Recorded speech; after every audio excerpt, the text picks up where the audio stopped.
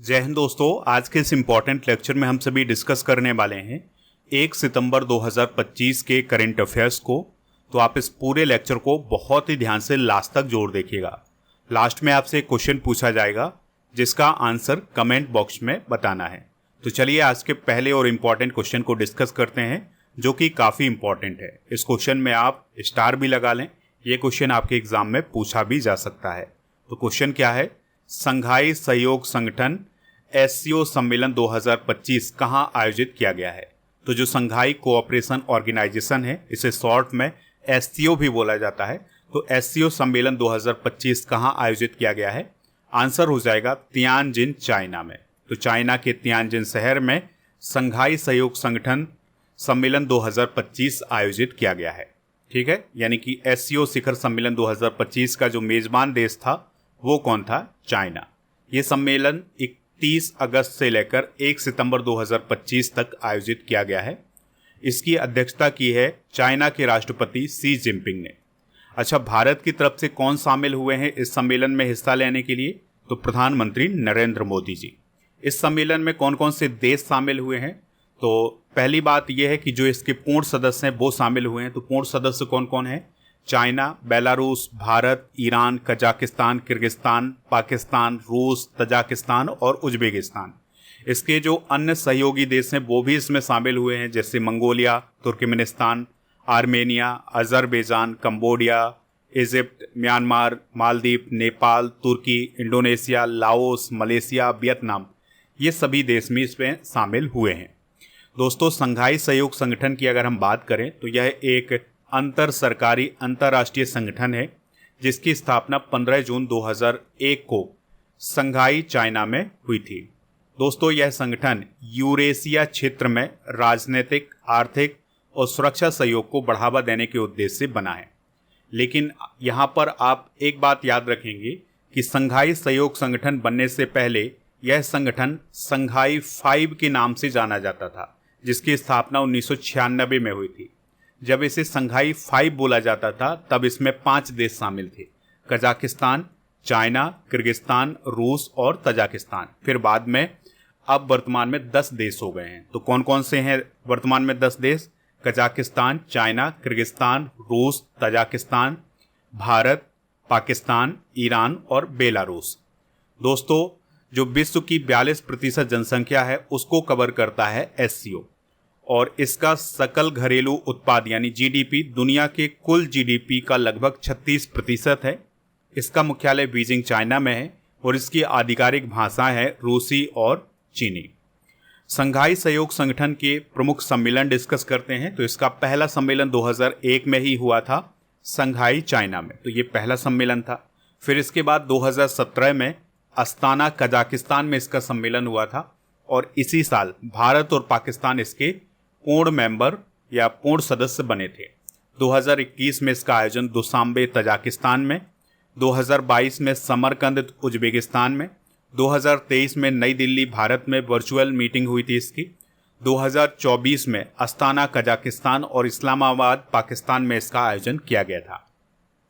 2025 में इसका आयोजन तियानजिन, चाइना में किया गया है। बढ़ते हैं अगले क्वेश्चन की तरफ। ये भी काफ़ी इंपॉर्टेंट क्वेश्चन है। तो क्वेश्चन क्या है, चंद्रयान 5 मिशन चंद्रयान 5 मिशन के लिए किन दो देशों के बीच एक महत्वपूर्ण समझौता हुआ है। तो ये पूरा क्वेश्चन है। तो आंसर हो जाएगा भारत और जापान। तो भारत और जापान के बीच में चंद्रयान 5 मिशन के लिए अभी हाल ही में एक महत्वपूर्ण समझौता हुआ है और इस मिशन का नाम चंद्रयान 5 या लूपेक्स या लूनर पोलर एक्सप्लोरेशन मिशन होगा। इसमें भारत और जापान शामिल होगा। इसमें भारत की जो स्पेस एजेंसी है इसरो और जापान की जो स्पेस एजेंसी है जाक्सा, ये दोनों शामिल होंगे। इसका लक्ष्य होगा चंद्रमा के दक्षिणी ध्रुव का अध्ययन करना। यह इसरो और जाक्सा का संयुक्त मिशन है जिसमें दोनों एजेंसियां मिलकर के काम करेंगी। भारत के चंद्र मिशन डिस्कस करते हैं। तो चंद्रयान फर्स्ट 2008 में लॉन्च किया गया था। तो इसका मुख्य उद्देश्य था चंद्रमा की सतह का मानचित्रण और पानी के अणुओं की खोज करना। चंद्रयान 2 2019 में लॉन्च हुआ था। तो इसका उद्देश्य ये था कि चंद्रमा के दक्षिणी ध्रुव पर सॉफ्ट लैंडिंग का प्रयास करना, लेकिन ये लैंडिंग नहीं हो सकी थी। फिर चंद्रयान 3 2023 में लॉन्च हुआ और इसने चंद्रमा के दक्षिणी ध्रुव पर सुरक्षित और सफल सॉफ्ट लैंडिंग की थी। अब चंद्रयान 4 लॉन्च किया जाएगा, तो ये प्रस्तावित है, और चंद्रयान 5 भी प्रस्तावित है। तो चंद्रयान 5 में चंद्रमा के दक्षिणी ध्रुव का विस्तृत अध्ययन किया जाएगा, ये इसका मुख्य उद्देश्य है। नेक्स्ट क्वेश्चन है, राज्य ऊर्जा दक्षता सूचकांक 2024 में पहला स्थान किस राज्य ने हासिल किया है? आंसर हो जाएगा महाराष्ट्र ने। किसने दोस्तों? महाराष्ट्र ने। तो इस सूचकांक को विद्युत मंत्रालय भारत सरकार के द्वारा लॉन्च किया गया है। इसका उद्देश्य है राज्यों में ऊर्जा दक्षता को बढ़ावा देना और उनके प्रदर्शन की निगरानी करना। तो इसमें शीर्ष प्रदर्शन करने वाले राज्य कौन है, यानी अग्रणी श्रेणी में कौन कौन से राज्य हैं? महाराष्ट्र, आंध्र प्रदेश, असम और त्रिपुरा।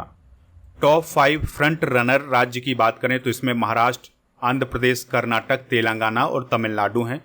अचीवर की श्रेणी में असम और केरल हैं, और कंटेनर श्रेणी में हरियाणा, पंजाब, राजस्थान, ओडिशा और उत्तर प्रदेश हैं। चलिए कुछ प्रमुख सूचकांक डिस्कस करते हैं जो हाल फिलहाल में लॉन्च किए गए हैं। जैसे हैनले पासपोर्ट इंडेक्स अभी हाल ही में जारी किया गया था, तो इसमें सिंगापुर टॉप पर, भारत 77वें नंबर पर रहा है। हुरुन ग्लोबल यूनिकॉर्न इंडेक्स 2025 में अमेरिका टॉप पर, भारत को तीसरा स्थान हासिल हुआ है। वैश्विक शांति सूचकांक 2025 में आइसलैंड पहले, भारत को 115वां स्थान हासिल हुआ है। वैश्विक ऊर्जा संक्रमण सूचकांक 2025 में टॉप पर स्वीडन, और भारत को 71वां स्थान हासिल हुआ है। ग्लोबल जेंडर गैप सूचकांक 2025 में आइसलैंड टॉप पर, और भारत को 131वां स्थान हासिल हुआ है। जलवायु परिवर्तन प्रदर्शन सूचकांक 2025 में डेनमार्क को चौथा और भारत को 10वां स्थान हासिल हुआ है। मानव विकास रिपोर्ट 2025 में आइसलैंड पहले और भारत को 130वां स्थान हासिल हुआ है। तो ये सारे इंडेक्स आप नोट कर लें।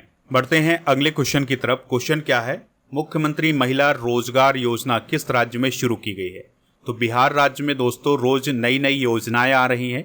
तो अब एक और नई योजना आई है महिलाओं के लिए, जिसका नाम है मुख्यमंत्री महिला रोजगार योजना। ठीक है, इसका उद्देश्य है महिलाओं को आर्थिक रूप से आत्मनिर्भर और मजबूत बनाना। इसके लाभ की बात करें तो राज्य के हर परिवार की एक महिला को अपना रोजगार शुरू करने के लिए 10,000 रुपए की आर्थिक सहायता दी जाएगी। तो इस प्रकार की योजना बिहार सरकार के द्वारा शुरू की गई है। नाम क्या है? मुख्यमंत्री महिला रोजगार योजना। दोस्तों 2025 में हाल फिलहाल में शुरू की गई योजनाएं भी डिस्कस करते हैं। जैसे एक सड़क एक दिन योजना दिल्ली सरकार ने शुरू की है। मुख्यमंत्री प्रतिज्ञा योजना बिहार सरकार ने शुरू की है। मुख्यमंत्री वृंदावन ग्राम योजना मध्य प्रदेश सरकार ने शुरू की है। पंडित दीनदयाल उपाध्याय गरीबी मुक्त गांव योजना राजस्थान ने शुरू की है।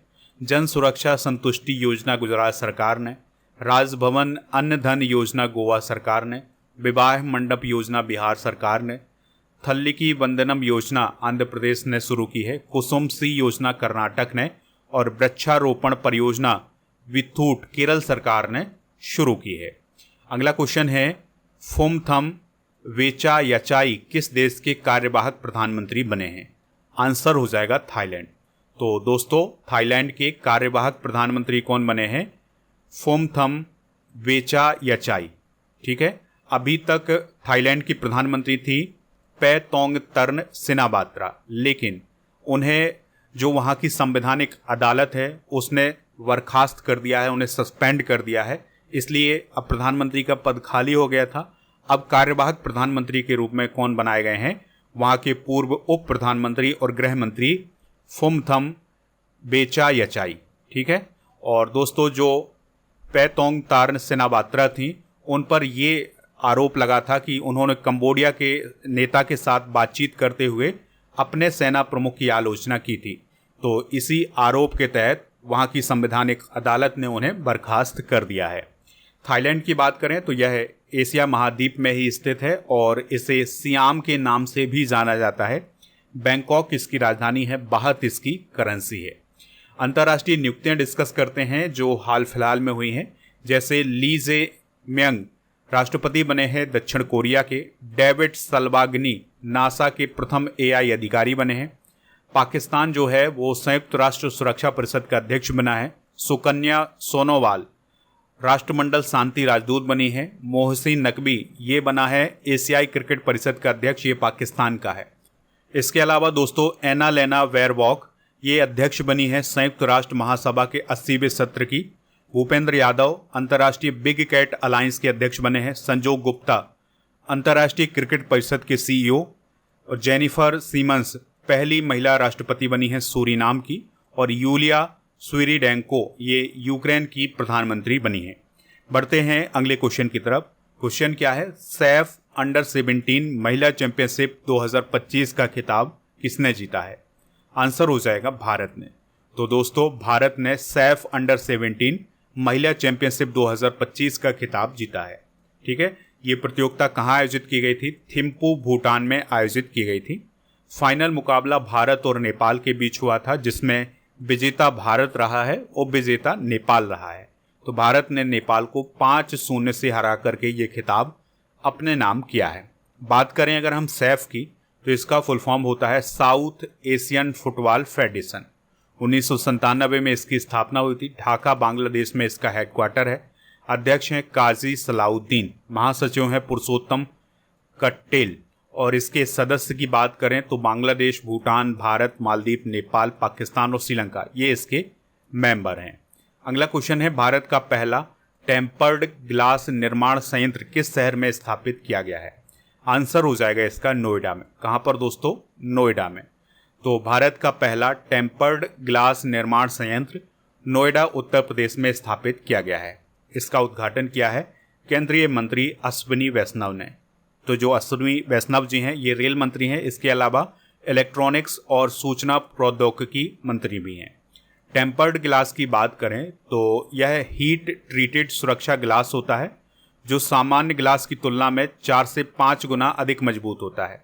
और इसका इस्तेमाल किया जाता है आपके मोबाइल स्क्रीन में, लैपटॉप में, राउटर में, हार्डवेयर उपकरणों में और ऑटोमोबाइल इंडस्ट्री में। ठीक है, तो टेम्पर्ड ग्लास निर्माण संयंत्र कहाँ पर स्थापित किया गया है? नोएडा उत्तर प्रदेश में। अच्छा, 2025 में प्रथम घटनाओं को डिस्कस करते हैं। तो भारत का पहला ग्रीन डेटा सेंटर गाजियाबाद में स्थापित किया गया है। ई वोटिंग शुरू करने वाला भारत का पहला राज्य कौन बना है? बिहार। भारत के राष्ट्रपति की पहली महिला एडी कैंप कौन बनी है? यशस्वी सोलंकी। विश्व का पहला 3D प्रिंटेड स्टेशन कहाँ पर बनाया गया है? ये जापान में बनाया गया है, जिसका नाम है हासुशिमा स्टेशन।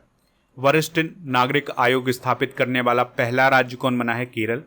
माउंट एवरेस्ट पर चढ़ने वाली पहली दृष्टिबाधित महिला कौन बनी है? छोंजिंग अंगमो। भारत का पहला पूर्ण साक्षर राज्य कौन बना है? मिजोरम। भारत का पहला क्वांटम कंप्यूटिंग गांव कौन बना है? अमरावती। भारत का पहला फ्लोटिंग घाट कौन है? अयोध्या। और ट्रेन में भारत का पहला ATM लगाने वाला बैंक कौन है? Bank of Maharashtra. तो ये 2025 की प्रथम घटनाएं आप नोट कर लें।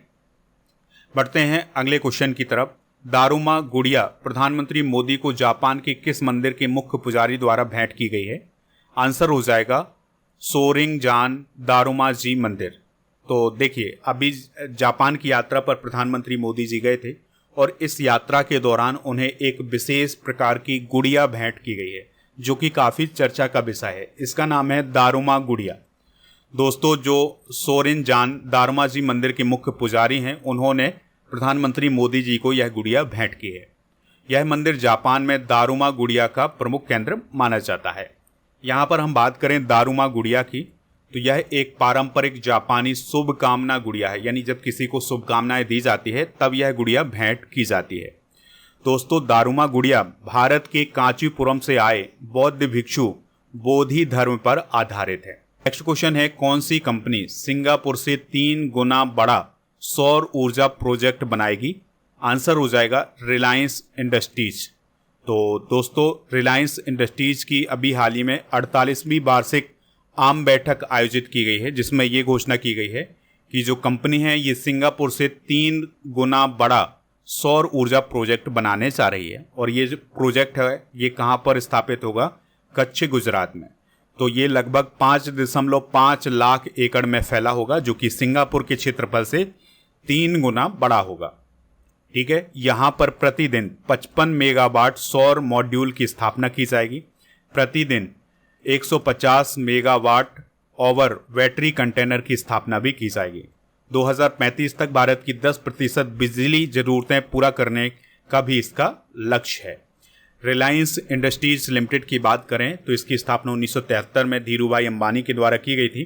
मुख्यालय इसका मुंबई में है और वर्तमान में इसके अध्यक्ष मुकेश अंबानी हैं। अगला क्वेश्चन है, भारत के पहले AI आधारित जनजातीय भाषा अनुवादक का नाम क्या है? आंसर हो जाएगा इसका आदि बानी। तो दोस्तों, जनजातीय कार्य मंत्रालय ने 30 अगस्त 2025 को आदि बानी नामक भारत का पहला AI आधारित जनजातीय भाषा अनुवादक लॉन्च किया है।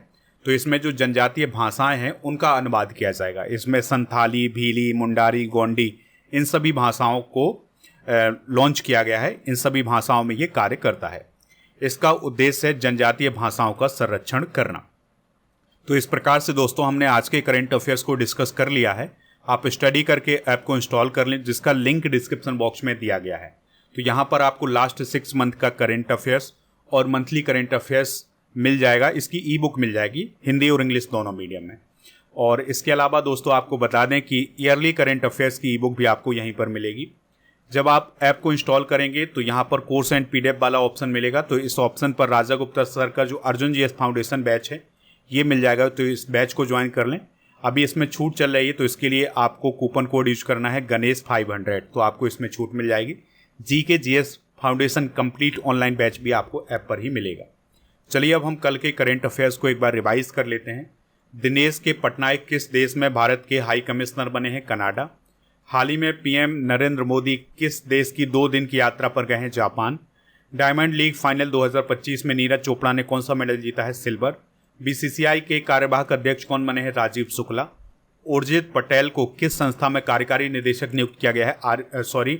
इसका जो राइट आंसर हो जाएगा वो हो जाएगा IMF, ठीक है, यानी इंटरनेशनल मॉनेटरी फंड। यहाँ पर भारतीय रिजर्व बैंक नहीं है, IMF है, ठीक है। नेक्स्ट क्वेश्चन है, राष्ट्रीय खेल दिवस कब मनाया जाता है? 29 अगस्त। नुआखाई पर्व किस राज्य में मनाया गया है? ओडिशा।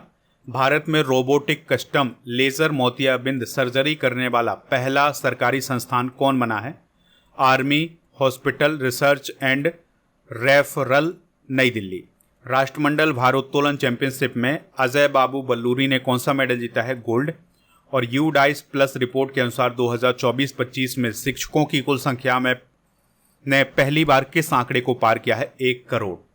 दोस्तों आज के जनरल नॉलेज के पिटारे में हम अंतर्राष्ट्रीय सीमाएं डिस्कस करेंगे, जैसे रेड क्लिफ रेखा भारत पाकिस्तान, हिंडनबर्ग लाइन है जर्मनी पोलैंड, डूरंड रेखा पाकिस्तान अफगानिस्तान, मैकमोहन रेखा भारत चाइना, और मैन नेरहाइम लाइन है रूस फिनलैंड, मेडिसिन लाइन है उत्तरी अमेरिका और कनाडा, और ओडर नीस लाइन है जर्मनी पोलैंड, और 17वीं समानांतर रेखा है उत्तर और दक्षिणी वियतनाम के बीच में।